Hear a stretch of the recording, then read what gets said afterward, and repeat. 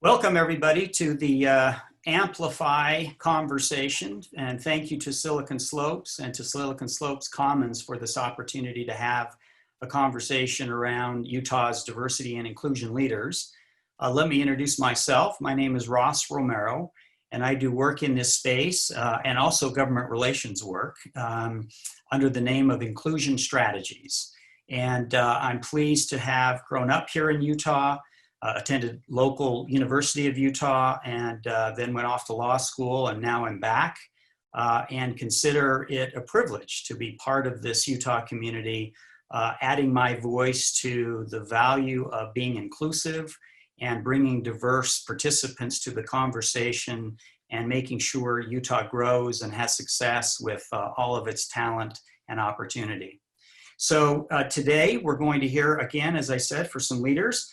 I'm going to ask them to introduce themselves, to tell you a little bit about the organizations or the groups that they represent, some of the work they've been doing, and then we'll dive into some questions after that. But I have asked them to share a little bit about themselves. And so with that, if we could please have Miss Emma E. Houston introduce yourself and tell us what you're doing.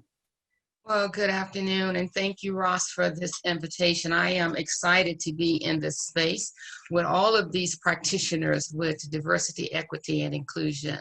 I have been in Salt Lake City since 1986, and what I have found out is the regards to what D&I does, that it brings people together, that we can create conversations to discuss what our differences are, but also what our similarities are and how we want to bring more conversation to the table to be more inclusive.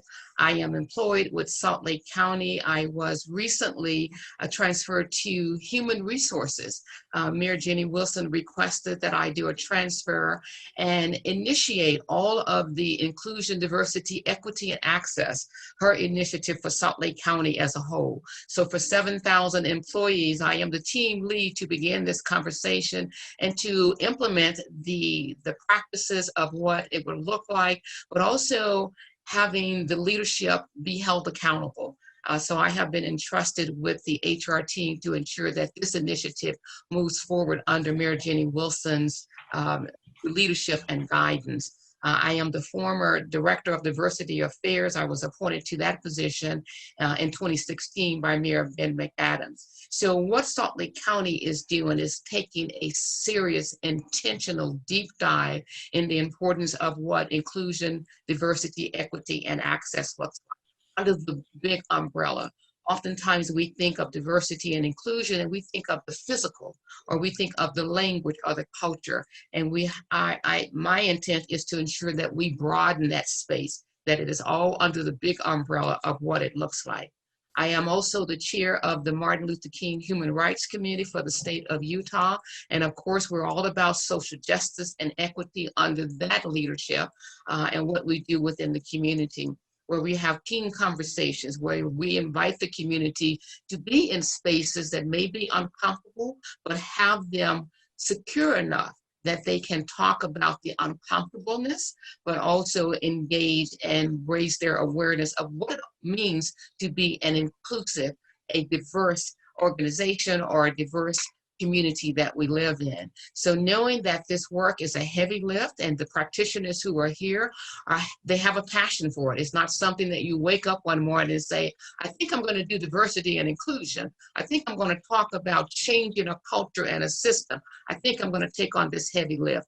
It is something that is part of our DNA, that we have the passion, that we have the commitment for it, and we move forward in making sure that we are speaking the same language so that we are not giving misinformation, but correct best practices.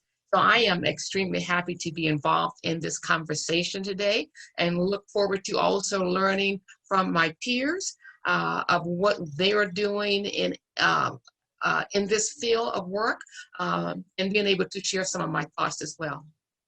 So I'm just going to ask Rick to come on and talk to us about who he is and introduce himself as well. Well, thank you, Miss Emma, and kia ora and good afternoon, everyone. I'm Rick Tolman. I'm a proud Pacific Islander representing the indigenous Maori tribes of Aotearoa, otherwise known as New Zealand. I'm happy to serve as the chairman of the board for Utah Polynesian Professionals, and I'm also the vice president of global demand at Pluralsight. I'm very happy to be here with you, Ross, and these incredible leaders to have this discussion today. I'm also very proud, as I said, to represent the Utah Polynesian Professionals, which is a nonprofit group that is committed to workforce representation and career development for students and business professionals from all of the islands, from Hawaii, Samoa, Fiji, Tahiti, Tonga, and New Zealand. We were largely born out of Silicon Slopes, with a majority of our UPP board and our members working in Silicon Slopes companies like Pluralsight, Domo, Qualtrics, Adobe, Lucid, Divi, Podium, and even local businesses like Zions Banks and Buckner. We are proud to be here and feel very lucky to have the ability to work in this great state. But the work that we have to do is plenty still, however. We have a little over 1.4 million Polynesians that are in the US, and many likely don't know that Utah holds the highest concentration of Polynesians outside of the state of Hawaii. So at UPP, we take advantage of this wonderful diversity inclusion momentum that's happening in Utah to connect our diverse, rich talent pools from the islands to the states, where we have these great and willing leaders and companies who are creating opportunities for BIPOC groups like ours to enter and develop their careers here. Likewise, a big part of what we do is also to take those willing leaders and companies to the shores of the islands to build and forge relationships with our tribal community leaders, our civic leaders, and our school leaders, where we can create and leave direct connections where future pipeline and development for workforce representation can be tapped into. Like I said, we can feel ourselves very considerate and fortunate to be working in such a great state where we have such a willingness and a great ecosystem that's really focused on diversity and inclusion right now. Part of that as well is a part of another area that I focus on, which is I've co-founded the Asia Pacific Career Conference, which is hosted in Hawaii, that we built to establish and connect those companies across the mainland and across the world, really, and even here in Utah, with these rich talent pools in the Pacific, where we bring students from over 72 countries worldwide to meet with business employers and a large portion of the Utah business employers as well, and also connect them with, again, indigenous tribal leaders, civic leaders across the Asia Pacific communities. And the work that we have there is twofold. It's one, it's to help build future pipeline of workforce representation worldwide, but also specifically here in Utah.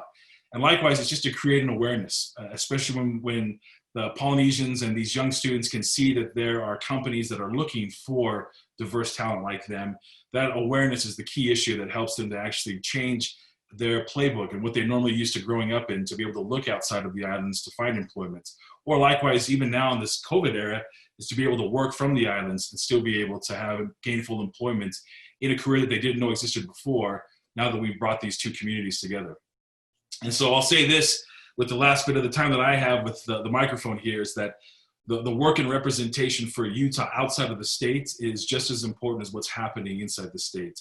To me, where I've seen a real great challenge for us, but also an opportunity, is the bridge building with underserved minority groups in their states, in their countries, and where we can create a bilateral impact, where we have both those communities in the islands or in inner cities that are forging these bonds and relationships with Utah, and both end up being uplifted and edified.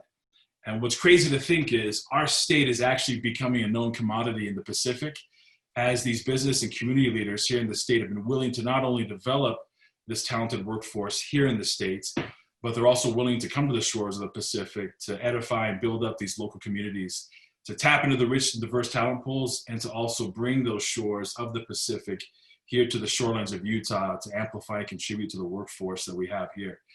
And so I honestly feel like I can do just as much to help my culture and the islands being here in Utah as I could if I were back in the islands. But with COVID right now, I just wish I could get back to the islands. Even with my Islander pass, it's been revoked, as many of the Polynesians closed its borders to the US. And so, like many of you, I'm dying to get back to the islands, and when it opens up, I'll take you with me. But for now, we're enjoying the virtual camaraderie of being able to connect the worldwide community together. So with that, now let me pass the mic to nublapena from the Utah Division of Multicultural Affairs.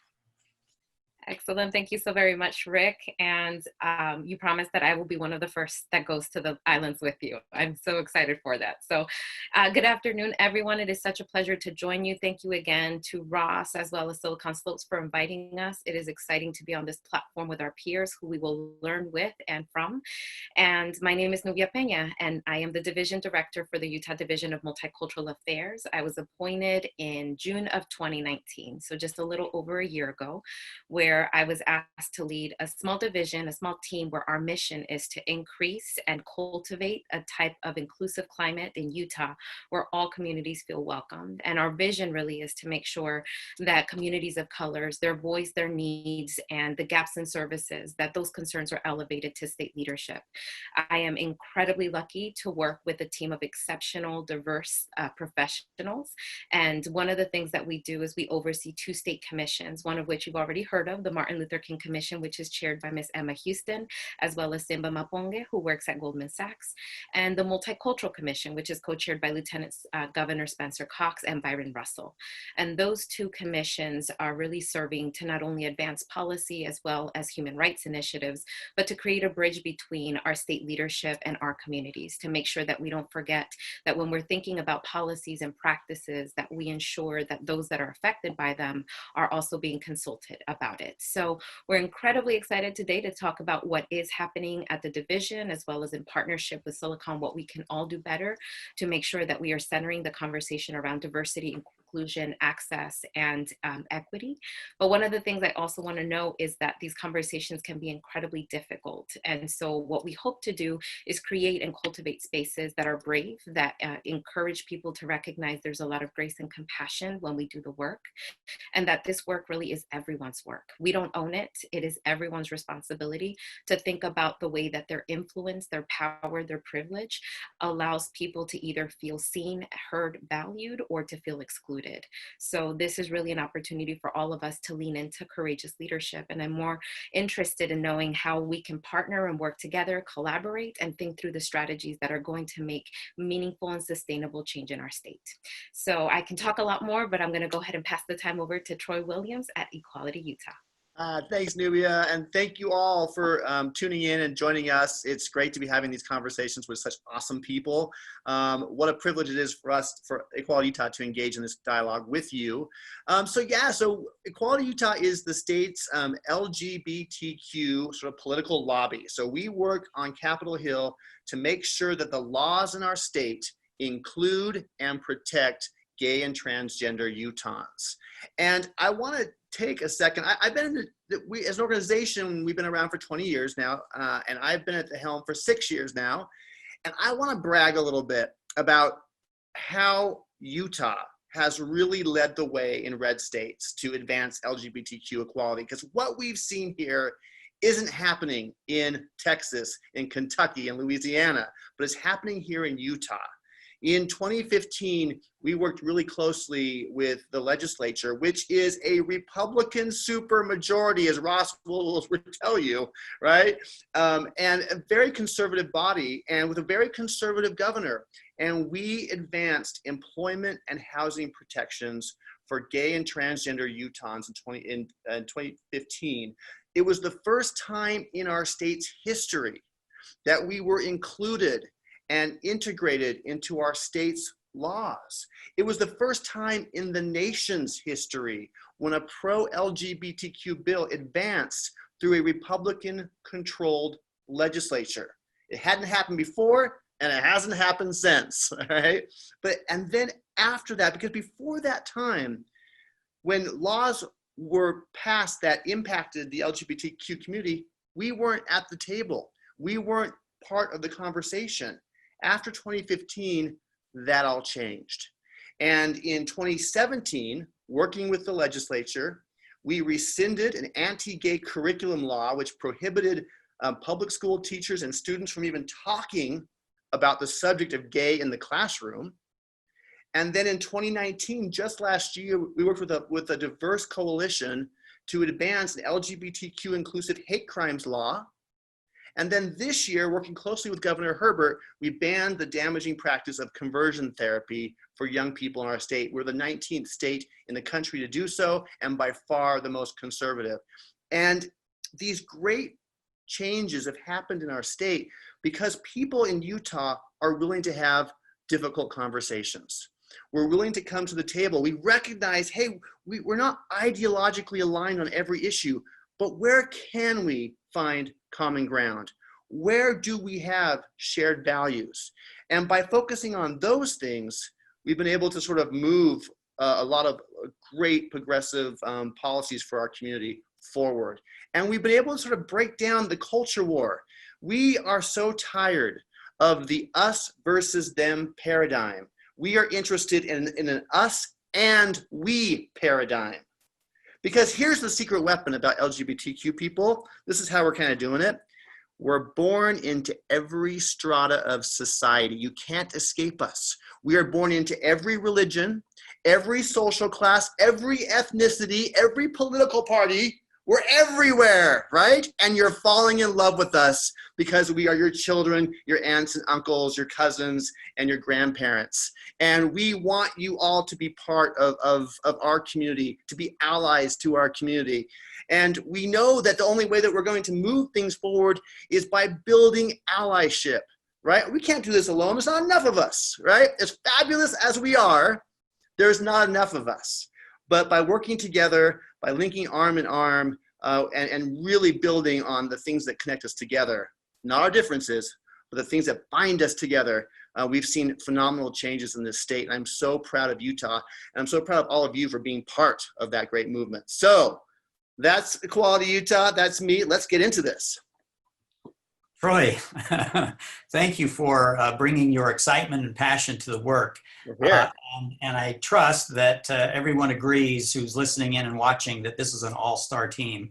And thank you for accepting the conversation invitation today. I was going to go somewhere else, but in light of that passion, I want to stick, if we could, with the conversation centered around the intersectionality of us as Utahns and us as, workers and community leaders and wanting the best for our state, and understanding that, yes, there are some differences, but, when we speak up for each other, when we include each other, when we make sure that everyone has a chance to be heard, as a business proposition, organizations are run better, profits are higher, and community and workforce is more satisfied. So let's talk about that, if we might. And Rick, maybe if we could start off with you, how are you seeing the intersectionality and the work you're doing and the allies coming on board for your participation? You mentioned we weren't able to gather in the Asian Pacific Island celebration activities because of COVID, but how are you seeing people providing allyship? That's a great question, Ross. And I think it's especially amplified now in this virtual workplace, right? Where traditionally we have our cultures and our communities represented by these great leaders here, where we have the ability to come together. We tell a lot of our culture through humanities and arts. And given the virtual workplace now and the social distancing requirements, it's taken that away. And so where I've actually seen some really great promise is in these conversations, simple things like even groups coming together, whether those are ERG employee groups built inside of companies or community groups that are reaching out together to come and form these bonds where they're having conversations where, to your point, the inclusion conversation, what I've experienced is it's more about the absence of being included than anything. It's the absence of involvement or embracement. And so as such, when you are included, you really don't notice it. But when it's absent, it affects everything you do.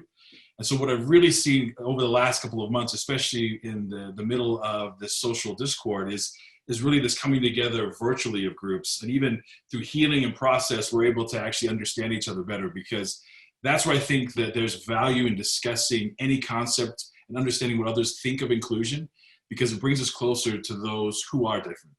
I think it helps us to be more vigilant about the ways we treat others that are different than us. For me, there's been incredible learnings, both in BIPOC communities that I'm a part of, and even again within these local ERG company groups, where I'm learning more about our brothers and sisters across the spectrum, whether they're representing Black, Indigenous people of color, or LGBTQ+. It's helped me to understand and what society considers fair and equal that we have a lot of work to do. But having that inclusion doesn't necessarily make our lives easier, but understanding it helps us to realize why some people's lives are harder than others. And with the ability that we've had now to taking away some of the cultural and the arts and the humanities that we typically would have to enjoy together, like Pride Parade, like the celebration in arts. We've got tomorrow begins our wonderful Hispanic Heritage Month. Last month we had Pacific Islander Heritage Month here in the state of Utah, where typically our cultures would be out celebrating through dance, of course, with food and camaraderie. We don't have that. But what we do have now is this ability that we've been able to connect and make meaningful conversations occur, whether that's virtually or in these smaller groups, where I think it's given us a concrete focus on how can we actually make sure we're listening to each other, that others can feel like we're inspiring them and that they're seen and heard in that. So for me, that's one of the great challenges that we've had in this era is this virtual workforce. But the real moving the needle for me has been able to see where all of these communities are coming together and being able to find that voice and share their voices together and sharing this together as a community. Who else on the intersection and how we are inclusive? I think one of the things I just want to, co-sign on what Rick has just said. When we're talking about being an ally, and we're talking about how all these intersections come together, I think what we're trying to do now is move from ally to accomplice. That if I see something wrong, normally as an actor, I would have just simply saw it. I wouldn't have not said anything. I would have been a bystander. But as an accomplice, my role is to ensure that if I see something that is inappropriate, that I see any type of disparities, it's also my role to lend my voice, to lend my power, to lend my privilege to correcting that behavior. So sometimes we step aside and do not actively navigate the space because we think it is not our place, our position, our charge, our responsibility. But as Rick says, we're all in this together. And when our awareness is raised as to how many individuals are being mistreated, how many individuals are marginalized, how many individuals are excluded from just being part of the structure, it is our responsibility to move that needle, and we all become accomplices in order to help make our community better, help make the organization better, and not shy away from these difficult conversations. And to further add, I think it's important on something that both Miss Emma and Rick mentioned is, differences and how important it is for us to become aware or acknowledge the fact that we have different lived experiences than others. And specifically when we recognize the history of how inequities have developed and how it has been deeply ingrained in our systems, our practices, our policies, we start to increase our empathy and understand that there can be more space given when we have space that we're taking up. Another thing that's really important to note is, we should be considering our circles of influence. Who is it that I spend time with? Who is it that I share and break bread with? How am I enriching my life by being able to be challenged even when I don't agree, but still being able to build my capacity to have civil discourse? We have lost that art of being able to share space with people who are different from us. And there is beauty and richness and there's vibrancy that we are missing out on when we are not willing to extend that space because of maybe fear or discomfort. So how do we build our capacity and strengthen our resiliency to learn that discomfort means change, discomfort can at times mean growth, and that there is real progress that is made in that struggle. Yeah, I think all the time, I don't know, this is millions of years of human evolution, but we're so tribal, right? We want to surround ourselves with people who look like us, who think like us, who believe like us. And so we get very comfortable, and that gets really tricky when you're in management, right? Or you're in a C-suite and you want to start elevating people who look like you and think like you, right? That's where some of the challenges get. We've got to be friends with each other. We've got to figure out how to transcend these tribal divisions and actually connect. Because gosh, if you go on to social media right now, if I were just to go into my Twitter feed right now, you would think that every American hates every other American right now. That's how we are devolving right now. And we as leaders and as corporate leaders, we've got to do our part to fix that. So back to the question, Ross, how are we connecting these things together? When we started looking at how divided we've been politically, and then how isolated we've been with COVID, we reached out to our friends at Craft Lake City and also to 90.9 FM KRCL Radio, which where I worked for 10 years.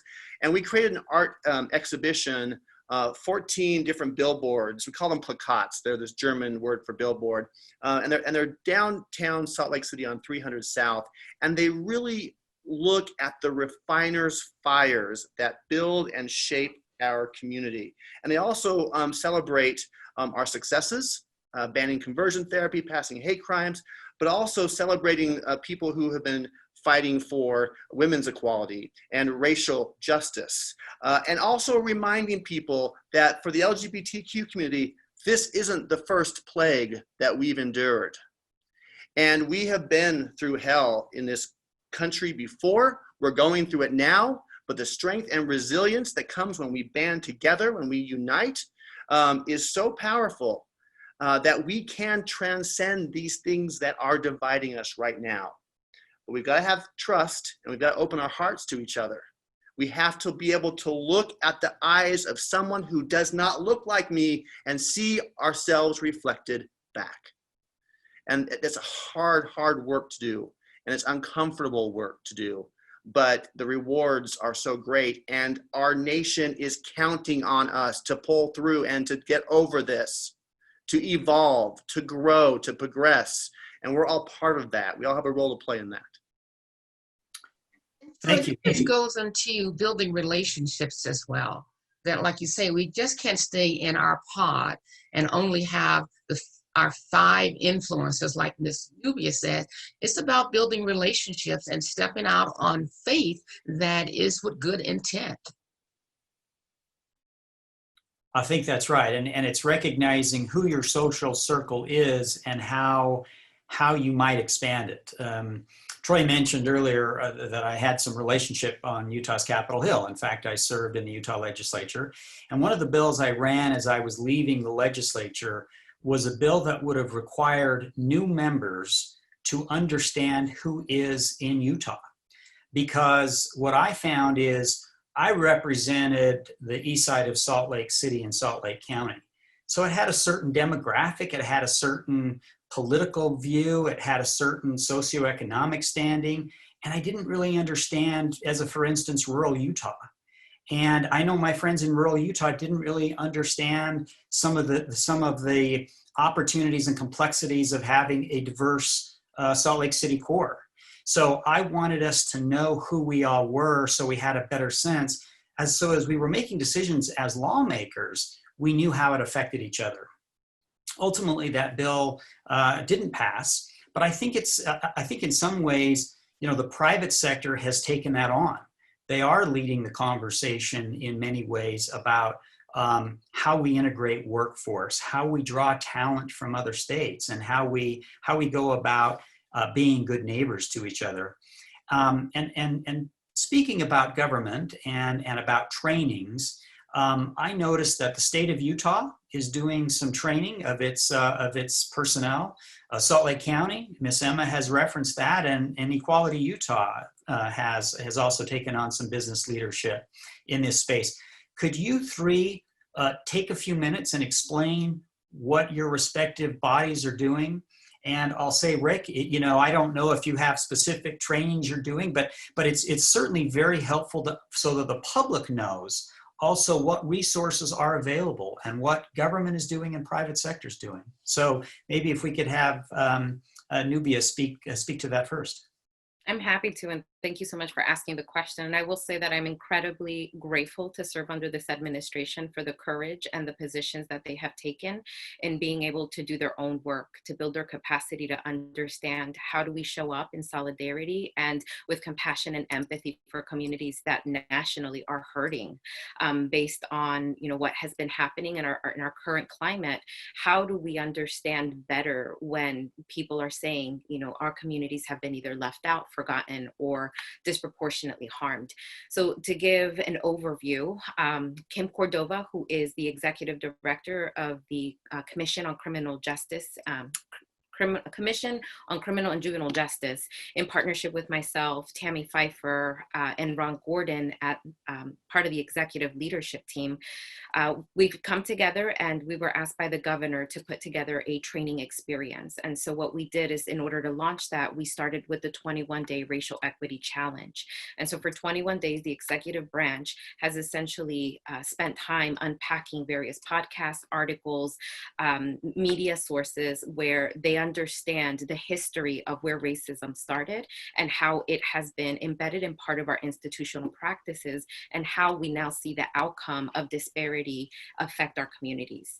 That then led into a 3-part training series with Dr. Kim Papillon, who is an international trainer on unconscious bias. And she went through a series of helping them understand what is bias, how do we de-bias, and how do we start to make sure that we ask those questions, the hard questions, every time that we show up. But that's not done. We're still going to now build in 5 more sessions into the training experience, where we talk about the historical perspectives, how, where did we start and how did we get here, which will then lead to the conversation around systemic change. How do we actually change the systems so that we can more equitably serve all of our constituents, all of our communities? That will also then have an opportunity for leadership to discuss and to think through what does diversity, equity, and inclusion look like in our state, and how does race intersect with systems? We will also make sure that we have a section focused on dignity and compassion work. How are people able to ensure that they are centering humanity, so that the work recognizes that there's human impact here? So again, that's going to be to the end of December, and we hope that this is a sustainable experience and that we continue to make sure we model that with all state agencies. And so Ms. Emma, if you want to share how you are leading out at the county, that would be ideal. I think one of the things that we are most proud of is that we are partnering with organizations that are speaking the same language, that we understand what diversity, equity, inclusion, and access looks like, and how we are starting internally with our own groups, with our own organizations, so that we can ripple this out to the community as a whole. So Salt Lake County has always been intentional about diversity. It started with Mayor Peter Caroon, carried over to Mayor Ben McAdams. It's now part of Mayor Jeannie Wilson's initiative. And what we're looking at is, how do we impact 7,000 county employees through the lens of equity, diversity, inclusion, and access? What does that look like internally, but also what does that look like when we are serving the community, how we're providing resources, how we are serving with integrity and respect and with excellence? So when we're talking about what Salt Lake County is doing, is that we're starting at home. Mayor Wilson has brought this in. I was last year doing trainings for outside organizations, and she said, "Thank you, Emma, for helping other organizations begin the conversation." However, this is what we're going to do internally for Salt Lake County. We're going to start home first, and we're going to talk about what it means to be a welcoming and inclusive government entity. We're going to start at the basics. We're going to identify, we're going to define what is diversity, equity, inclusion, and access. And we're going to funnel this out to our employees so we can all begin speaking the same language. Once we begin speaking the same language, we're going to start implementing the practices. We're going to have training. And I know training can be a taboo subject because it's as if you feel like you're made to do something. So we're having conversations around those areas of diversity, equity, inclusion, and access. So what we're looking at is, how do we change the culture internally? And then how do we impact those that cross our path and the services that we deliver throughout Salt Lake County, the demographics that we serve, the different languages that we serve. We are intentional about creating literature in various languages so that our constituents are able to understand the same information that's going out in our English or in our Spanish or any other language that we share information with. So what we're doing, we're being intentional, and we're starting at home with that training. We're starting at home with those conversations. And our leadership team has said to me, "Emma, this is hard, and this is scary, and this is uncomfortable. However, we are going to move forward because we want to be a county organization that is mirroring not only our words, our deeds, and our actions, but want to be setting the space for what Salt Lake County, what the state of Utah can do. So we're doing a heavy lift. A climate survey is involved to get input from our employees to say, do you feel welcome? Do you feel respected? Do you feel valued? And if we are not delivering on that, where do we begin? So we're getting input from our colleagues, from our directors, our managers, our team leads, to move forward into how to make Salt Lake County the place that we know it can be. All right. Yeah. So a couple years ago, Equality Utah started our Business Equality Leadership Certification Program, primarily for two reasons. One, we had our own community members coming to us and saying, hey, yeah, it's great that we have equality on paper. We can get married now. We have non-discrimination protections, etc. But I'm still really uncomfortable putting a picture of my spouse on my desk because I'm afraid it might hinder my opportunities for advancement in the organization or in the business. And then secondly, we had business leaders and recruiters coming to us saying that there are challenges to recruiting and retaining top-tier talent here in Utah because of the many stereotypes that people have about our state. Like 10 years ago, people were worried that if they moved to Utah, am I going to be able to get a drink of alcohol here? But now that the younger generation of workers really want to know, is this company socially responsible? Are you good to women? Are you good to people of color? Are you good to LGBTQ employees? And then, of course, we had people coming up to us and saying, Troy, you guys keep expanding your letters. LGBTQIAA XYZ LMNOP. Save some letters for us straight people, please, right? And so there was a lot of, our community is evolving and growing in lots of ways. And so we wanted to be able to sort of break things down in a fun, engaging sort of LGBTQ 101. And we really believe that being open to diversity is truly fundamentally about being open to the human experience. It's about creating a culture that welcomes and embraces people from their many backgrounds. And that kind of openness, we believe and we know, helps your company to take off and to excel. And I think even more importantly than the success of your company, I think if we look around the country over the past few months, we have seen global protests around racial equity. We've seen increasing polarization that I talked about a bit earlier. And many family members aren't even talking to each other right now. And we just feel fundamentally that corporate America has a powerful role to play to bring people back together, to help us form a more perfect union. Because if everyone in the country is at each other's throats, then let work be the place that transcends division, that really honors our common goals and unites us as a people towards a particular end or objective. I think business leaders are in this remarkable position to help heal and mend the wounds of society, because in the office place, we all have a common goal. We all want the company to succeed so that we succeed so the company succeeds. So I think fostering that kind of social responsibility is integral to, or is essential for businesses today. And we want to sort of encourage companies to take that work on. Yeah, I'll plus 100 what's been said there too, especially the lens that I have. I've worked almost my entire 20-year career in the tech industry. A lot of it with Silicon Slopes companies here in Utah, a lot of it in Silicon Valley, in the Bay Area, and then even overseas. And what's been really interesting is to see this evolution of how companies are embracing and addressing diversity and inclusion. With Google starting very early on and taking their own diversity report and taking the arrows for how they were retaining underrepresented minorities. But what's been great for me to see is in more recent years, and especially let me give props to Utah, as I see a lot of this happening in our Utah companies, especially at the leadership level, where they're recognizing that diversity and inclusion, it's a top to bottom business strategy. It is not an HR program. So those C-levels that get that, because ultimately it starts with the focus and strategy at that C-level position, that's where I've seen tremendous change. And I can cite many examples of the leadership here in Utah that the C-levels, they get it. They're marching to it. They're the ones that are out in the front now. That the C-levels have done that, that's one thing. Now, taking that and executing it and expanding it across the entire business, that is a very different challenge. But a great first step is seeing the C-levels take responsibility. But now we need to see that action and that evolution across the rest of the company.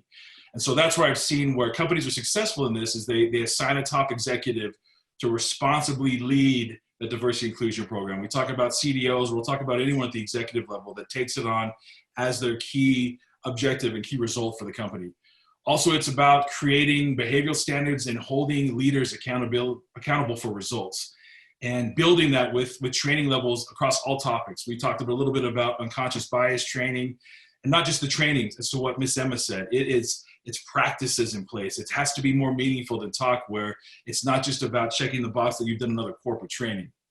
Likewise, helping integrate, and this is where I think our groups are so important, whether these are community groups, whether these are employee resource or affinity groups, it's helping integrate diversity and inclusion strategies in the recruitment process, in the retention process, in the performance management, in leadership development, which is key, is what are we doing to make sure the future pipeline of leaders is represented by these underrepresented minority groups. Creating these employee networks, I also think is a real key, because those networks, whether they're internal to the company, they actually have access to the outside communities. And where these underrepresented groups have challenges is that when they go home at night, it's typically to take care of their communities as well. They can't just turn off the clock and say, I'm done. They go home to where the COVID has impacted their communities, especially for people of color, or they go home to the social strife of LGBTQ+. That is a part of who they are. And so as companies are able to allow these employees to be their true and authentic selves, by giving them a critically important safe harbor for conversation within the company, within the communities, it allows them to build and educate allies. It helps them find meaningful dialogue and such needed healing that we need right now for change. And I believe firmly that these community groups, these employee affinity groups, they can bring together others like no other program can. We know the statistics in terms of how much diversity helps overall business objectives. They're more successful, they retain people better. They're helping not only create these connections, but they promote this willingness to be allies, which is so key to the conversation we're having today. Now, I will say this. One of the things that I've heard, and even a lot here in Utah, is there's fear of these community groups and of being a part of these community groups, even some of the protests or even some of these employee groups within companies. There's a general fear that what I hear often termed is, are what they call the oppression Olympics, where these groups focus on the sins against their group and the list just gets longer and longer. But the key to overcoming that is number one, is to recognize the journey and listen to the groups. Everyone is on a different journey of pain and understanding, but when you see executives and allies, listen to that, be a part of the dialogue, help these groups feel seen, help them feel listened to, help them inspire them. Then you can help keep the discussions on track and really focus on how those problems can now become solutions for the company. And I feel like this is even more important now because in this virtual workplace, again, the employee isolation is even more real, and it feels more and more difficult to help employees that don't feel connected. And so for us, it's really about being able to bring together every one of these communities and helping them find their voice, but empowering them. And there's no better place than right now is what we're seeing with champions in Utah that are actually helping bring these communities together. Rick, I just want to note that was so just spot on. And I really want to appreciate the fact that you're talking about people, when we hear diversity, they think it's a numbers game. Like, I've got a couple of people of color, I've got women in leadership, I'm good. But that again is only checking the box. So how are we helping people transition from discussing impact, discussing influence, discussing how power is shared around that metaphorical table that is always discussed, right? The other thing I also want to note is that we really have to think through what belonging feels like. What does it feel like for me to know that when I enter a space, my humanity is fully considered, that I don't have to compartmentalize myself in order to be seen or considered for promotion or considered as someone that is able to contribute meaningfully. So these are the conversations that, we're hoping are being navigated in this space around equity and inclusion and access, but that also people are recognizing their own personal responsibility to learn and have shared language. When I discuss and define oppression, it might look very different from another person. So how do we, again, start cultivating that as foundational principles that need to be incorporated into the way that our company grows, that our organization is engaging, that it's part of the DNA of who we are? right? So it's really about transformational mindsets so that we know that we are creating a different type of environment where people know that this place is one where you will be seen, heard, and valued. And Troy, I know that you wanted to share something as well.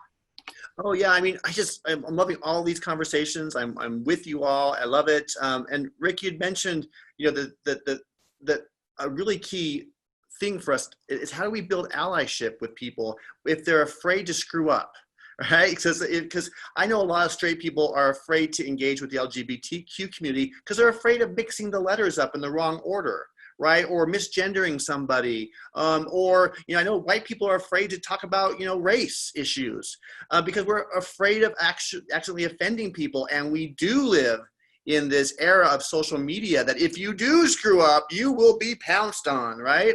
And then the amygdala fires off and we go into fight or flight mode, right? Or we disengage completely or we freeze, right? We've got to figure out how to have these difficult conversations in a way that allows people to put their barriers down and create a space where it's okay to screw up. It's okay to make a mistake if you're open to learning and growing. We all are going to make mistakes, every single one of us. And so we've got to be able, when we go into a training situation, we've got to be really conscious of that. You know, how do we respect people where they are and talk to them where they are? That's going to be critical for us to learn how to have these hard conversations. It's essential that we figure out how to do this better. And Troy, I just want to piggyback on what you said, that we are afraid that we're going to screw up, that we're going to mess up, but it's also how that message is delivered. So if you are training someone and they screw up, you're not going to be pointing your finger at them and scolding them and making them feel guilty or ashamed. Okay. You're going to redirect them and help them walk that path through. So when we talk about being afraid that I'm going to screw up, we have to, like what Ms. Newby said, we got to give some grace, because we have all screwed up, and we're not here to shame. We're not here to make anyone feel guilty. We're here all on a learning curve and raising our awareness of how we interact with one another. Yeah. Yep, I'm with you. Amen. As community leaders, you guys all get a sense of people calling on you or your organizations or your government, and they're saying, hey, I want to expand in Utah, or I want to relocate to Utah. And so this perception of Utah being a certain way is something we have to fight through all the time. I went to law school out of state to Michigan. And when I told my classmates I was going back to Utah, they were like, Ross, you made it out. Why would you go back? And I'm like, no, I love Utah. I love the people, I love the mountains. And so this perception, though, as a person of color or you know, being part of this diverse conversation and being in Utah is sometimes, I think, a little misunderstood and not fully appreciated.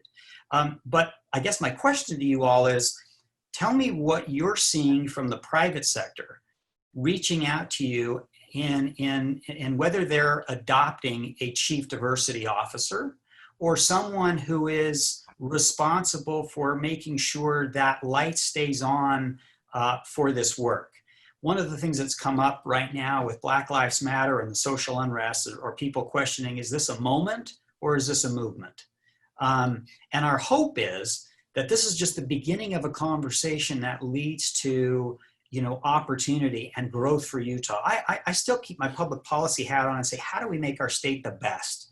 I want to beat every other state out there in all metrics, right? And so for me, this is about how do we make our economy better? How do we have more fulfilled employees? So what are you guys hearing relative to champions in companies and leadership in that role? Is it a chief diversity officer or is it someone else?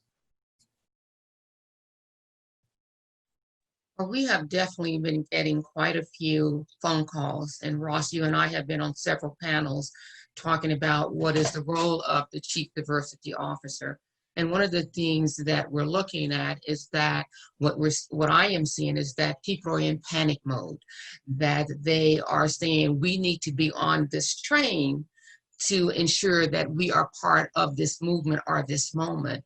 And what I think that we're trying to do is put a Band-Aid on it to cover it up and make it okay for the next 3, 4, 5, 6 months. When we're looking at organizations or corporations who want to be intentional about changing the direction of their culture and how to help people understand what does belonging look like.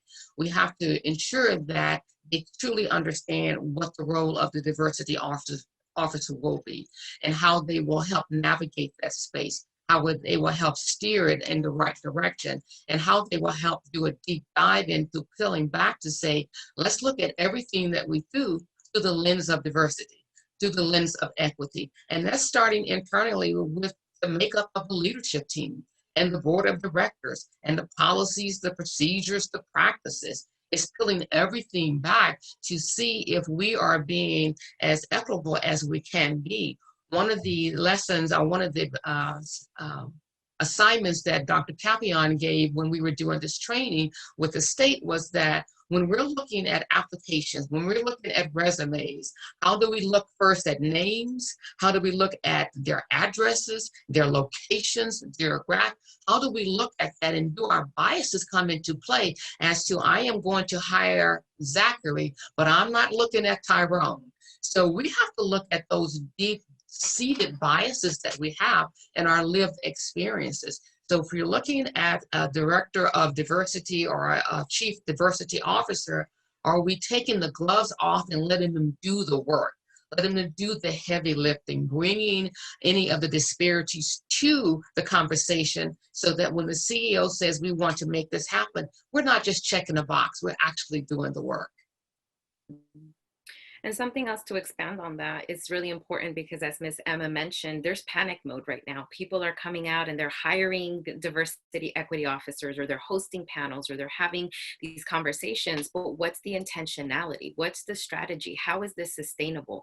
How will this be a part of the way that we engage our community always versus just, as you mentioned, Ross, in the moment? So how do we really start to think about the legacy impact that corporations have in terms of really surfacing the conversation around equity, but also about making these spaces where people can thrive, regardless of background, identity, but that anyone that has an opportunity here will be able to see themselves represented and, more than anything, respected. So one of the things we also unpack with community partners is, how do we move from performative wokeness, just writing a statement, posting a black spot or block on your Facebook, and really start to think about the public displays of affection that as a company we are giving to the world. And what I mean by that is, how are people seeing you behind closed doors and in public? How are people seeing you treat others? How do you engage with others with the type of compassion and respect that they see you really mean what you say when you say you want to do things differently? So again, really building people's capacity to do the work in an intentional, authentic, and transparent way. And it's layered, but people I have seen genuinely want to do the work and show up. I agree as well. I couldn't double click more on what Nubia and Miss Emma said as well. You know, as the conversations that I'm hearing across multiple years and multiple companies, when the CDO gets mentioned, in large time, it's seen as a silver bullet, right? And a CDO is not going to come in, wave a magic wand, and suddenly transform an organization into an anti-racist one, right? And build equity.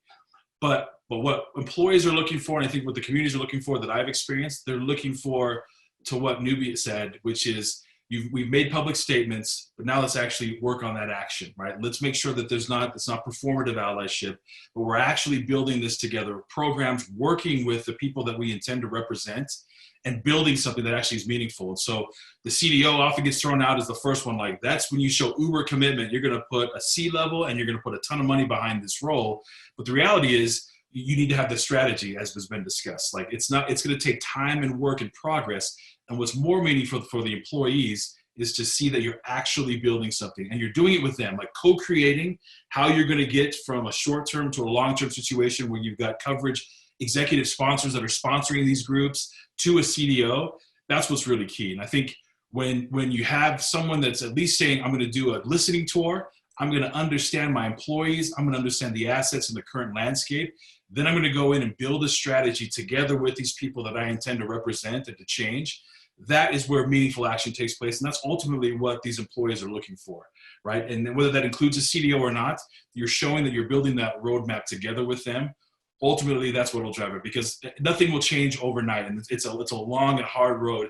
I think also what's key to that too, it's recognizing that the work to do with that in terms of equity and inclusion and anti-racism in the companies, it's exhausting work.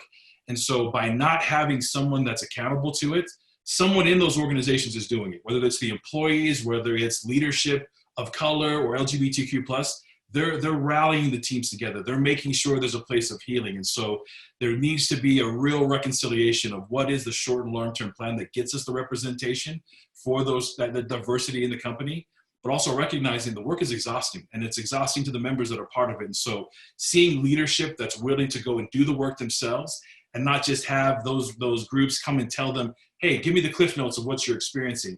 Those leaders that are actually willing to go do the work, that's what is meaningful to these employees. And so it's really about understanding, like, take meaningful action, co-create and build that strategy together.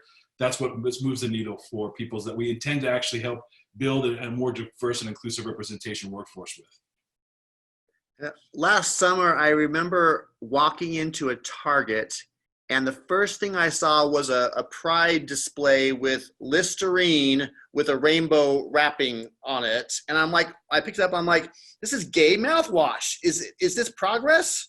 Is this progress? and so there are times, you know, when we're kind of flattered by the way the companies are actually embracing our community, but then we're also like, are you just trying to make money off of us? So, you know, there is an interesting balance here, but I have seen over the past, really, I want to say 3 to 4 years, local companies sort of genuinely reaching out to us and inviting us in to visit with them and engaging, asking questions.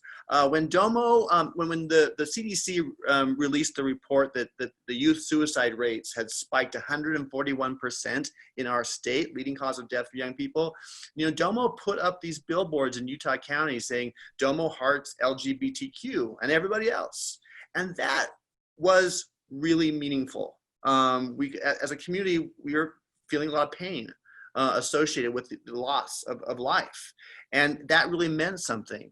And it means even more, you know, when companies invite us in and say, hey, will you train us? Will you engage with us? Will you teach us how to actually transform?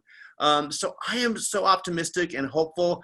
I wouldn't be an LGBTQ advocate in Utah if optimism wasn't sort of embedded in the very DNA of my body, because you kind of have to be. But I do see really positive strides moving forward. Certainly there's so much more work to do, but Utah is a special state and we are willing to have these conversations. So I think we're going to see some amazing transformations in the next 5 to 10 years here.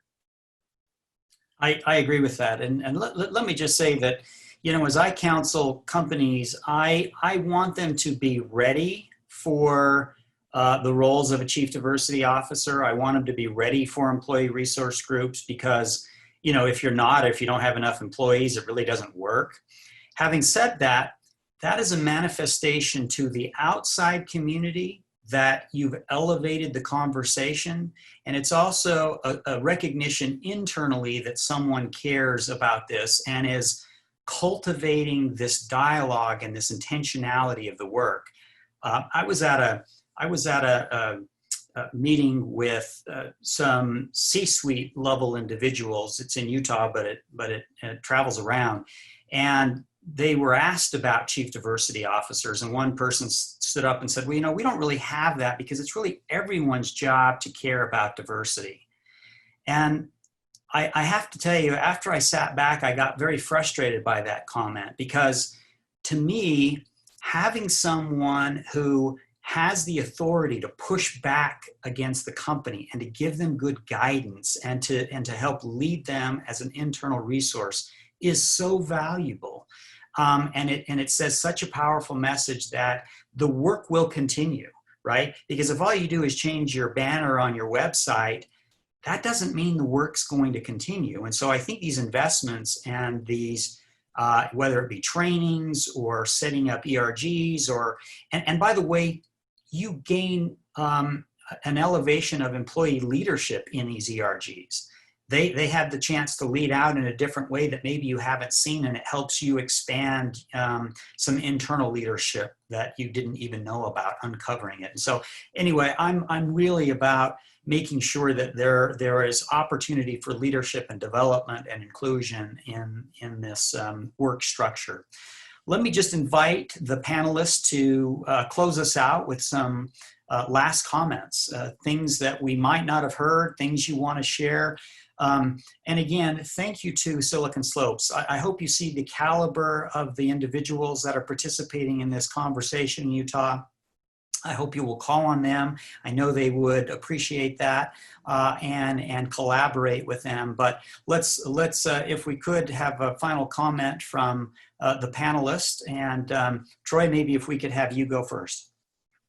Yeah, I just want to, well, thanks all of you. I'm so inspired by everybody, and I cannot wait to get together and collaborate with all of you. So let's do that. And I just want to come back to something I said earlier, and that is we've got to build friendships. Okay, that's really how we're going to transform the divisions in our culture. We have to be friends. So I would really encourage like the Pride ERG to go axe throwing with the Faith ERG. You know, get together, have meals together, have picnics, have fun together when COVID allows, of course. But we've really got to figure out how we move from us versus them to us and we. And when we do that, then we're going to see the full potential of our country. We're going to see us start to come back together again. And that's a goal that we all need to be fighting for. Nubia. Thank you so very much, Ross, as well to Silicon Slopes for having us on here. This was an incredible conversation. I learned so much, and I really felt honored to share space with you. Final comments, I would really just like to note that similar to what Troy said, I see a lot of hope. I have a lot of hope for what we are currently experiencing across our nation and with our community, but specifically in the state of Utah.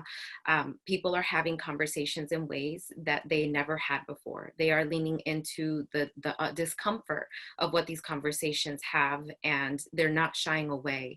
And it takes a lot of courage to do that, but I believe that that's what's going to be necessary for us to continue to see things change so that people can heal. And so we invite partnerships, we invite collaborations, and we are absolutely ready and able to do the work with others. And so again, thank you for Silicon Slopes hosting this space, and I will turn it over to Miss Emma. Thank you all. This has been such a wonderful engaging conversation. I would just like to leave any organization that is looking to do this type of work. First of all, I would encourage you to celebrate what you're doing well. Acknowledge the good things that you are already doing. As it was also mentioned, getting to know your employees, being able to have those listening tours. I believe that is what Rick has said. Listen to the employees. We're not here to fix it as the CEO. We're here to listen and then collaboratively work together on that.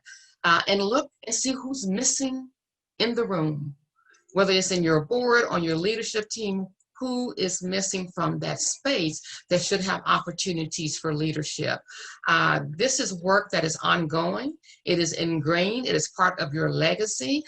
We do not stop doing the work just because it gets more difficult. We continue to bring in allies to make it happen.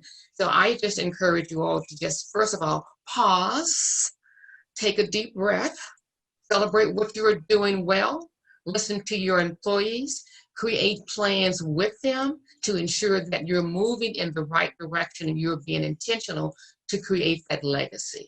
And I'm going to turn this over to Rick now. Thank you, Miss Emma.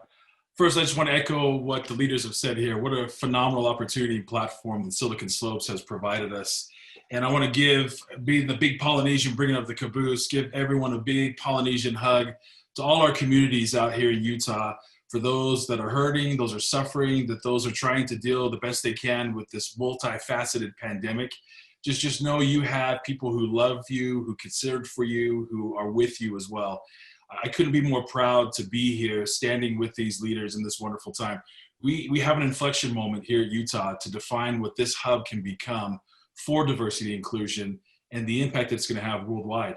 We have a famous Maori proverb that says, He waka ike noa, which means we are all in this same canoe together. And I couldn't be more confident and proud to work with this dedicated group of leaders here and the companies and the leadership that we have just as we rallied for Test Utah to help address the pandemic there, I believe we're in the process of doing that now to help with our communities that are suffering, to bring both social justice, but also equity to the workplace. And so this promising future, I'm so proud to see and witness and be a part of. And so I'm thankful to everyone for participating and bringing their time to this. Well, thank you, everyone. Again, top-notch conversation and leadership. And thank you again to Silicon Slopes. Until next time.